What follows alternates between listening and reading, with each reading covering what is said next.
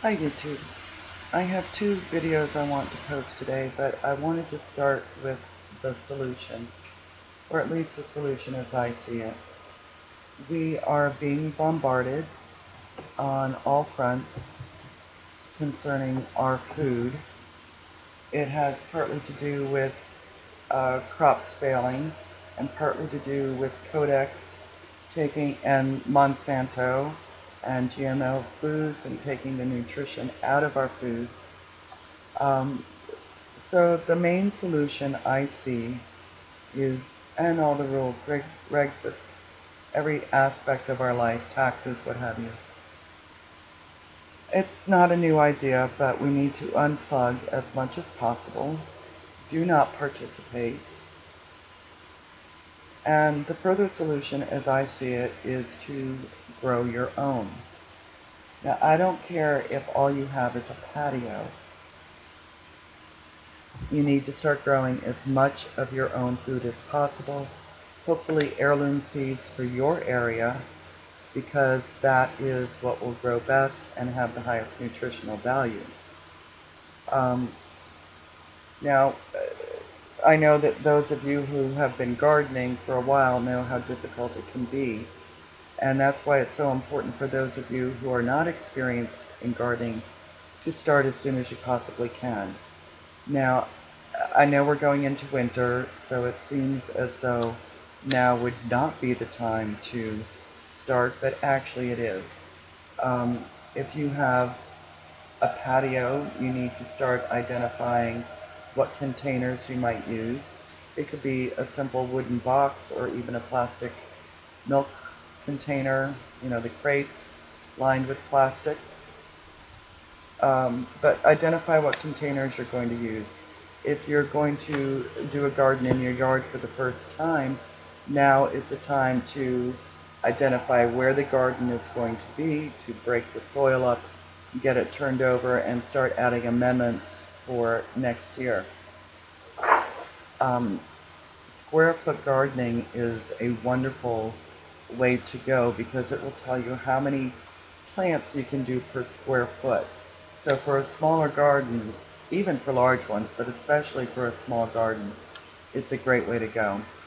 You need to identify what seeds you're going to use, what grows in your area. I would suggest uh, heirloom seeds, but they don't necessarily have to be. And you might even want to do a combination of heirloom and non-heirloom. There has been some discussion that the heirloom seeds haven't been growing very well, and there may be reasons for that that we're not aware of. Those of you who have it, excuse me for a minute here, it would be wonderful if you could share what seed you have with others. I have a wonderful YouTuber who has shared seeds with me, and it's really quite amazing. When she asked me if I wanted seeds, I said, heck yeah. And I thought she was going to send me a few seeds from her garden. I have gotten from her more seeds than you can imagine. I mean, look at this.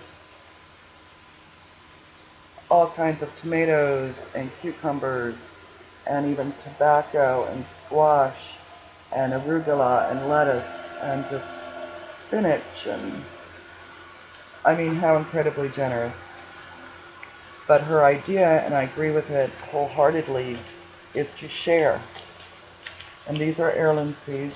She's in North Carolina, so I think they'll be fairly good for my area also. So if you have seeds that you've collected, please share them with others. It's, it's just a great way to go. Um, you also need to be aware of what zone you're in, so look at your zone charts and just do as much prep ahead of time as you can. It's also time to start mulching if you have a garden outside. Um, and it doesn't have to be expensive. Newspapers make a wonderful mulch. Just either hold it down with rocks or you can sprinkle a little bit of dirt or what have you on top of it to keep it from blowing away. Grass makes an excellent mulch. Just don't put it too thick or you'll start to get molds and things. Leaves, and especially leaves that have been mulched or crunched up by a lawnmower are an excellent mulch, and in fact a wonderful soil amendment. You can also get chips from, if you live in an area where the trucks come around and do tree work and they chip up limbs and stuff. Sometimes if you talk to them, they'll drop off a load when they're done. And now's the time to get those because you don't want to use those as a mulch when they're fresh. They release too much nitrogen into the soil and that's not a good thing. But get them now and let them start composting a little bit. As for compost itself, you don't have to have a bin. You can just designate an area in your yard where you start piling everything, and that's a compost pile. You can also compost directly on your garden, which I've always found to be a wonderful way to go, especially in the fall when the leaves are coming down. If there is an existing garden or a place you want to designate as a garden, just start piling your leaves there. And along with the leaves, you can throw in kitchen scraps, um, eggshells, uh, anything that grass clippings, and just keep sprinkling it on top of the area that you want to be gardening. It will act as a mulch over the winter, and then you just dig it in the spring. It attracts the worms and the good bugs, and you get your happy little ecosystem going for when you're ready to garden. Another thing you can do now is worm bins, and I've never done worm farming, but there's a ton of things on YouTube about it. Now, I will have a number of links below, and certainly you can find your own links on some of these things. I'm not, for instance, going to supply links on worm gardening or worm farming or whatever you want to call it, but they're out there. The first link I am going to put in is of, of a YouTuber whose name is Jamie, and he just really thinks outside the box. He's smart, and he's funny, and he's original.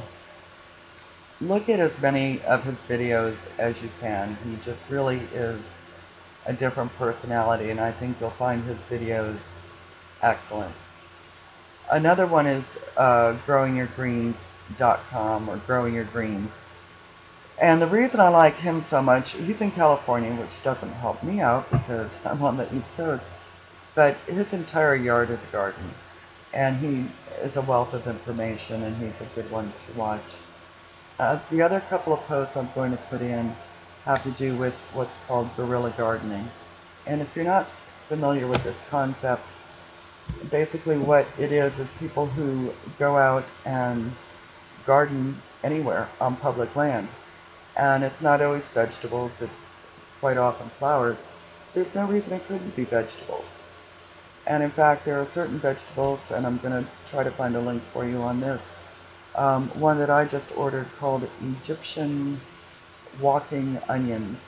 And they plant themselves, so they basically are a perennial onion that once you get started should keep producing, which I think is terrific. I'm all for that type of thing.